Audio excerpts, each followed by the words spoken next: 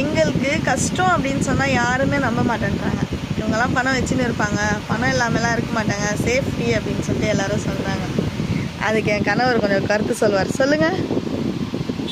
கருத்து சொல்லலாம் ஒன்றும் கிடையாது. உன் ஃபேஸ் பார்த்தா பணம் வச்சுன்னுக்கிற மாரி உன் ஃப்ரெண்ட்ஸுங்களும் சொல்கிறாங்க, உங்கள் வீட்லேயும் சொல்கிறாங்க, எல்லோரும் சொல்கிறாங்க.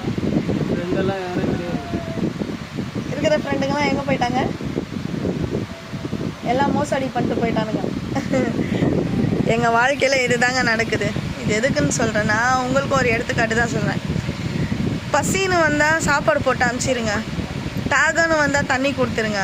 ஆனால் கடன்னு வந்தால் மட்டும் வீட்டுக்குள்ளேயே சேர்க்கவே சேர்க்காதீங்க. இது ஏன் சொல்கிறேன்னா, கடைசியில் பார்த்தீங்கன்னா நமக்கே எதுவுமே இல்லாத போயிடும். அப்படி ஒரு ஏமாற்றம் தான் உங்களுக்கு கிடைக்கும்.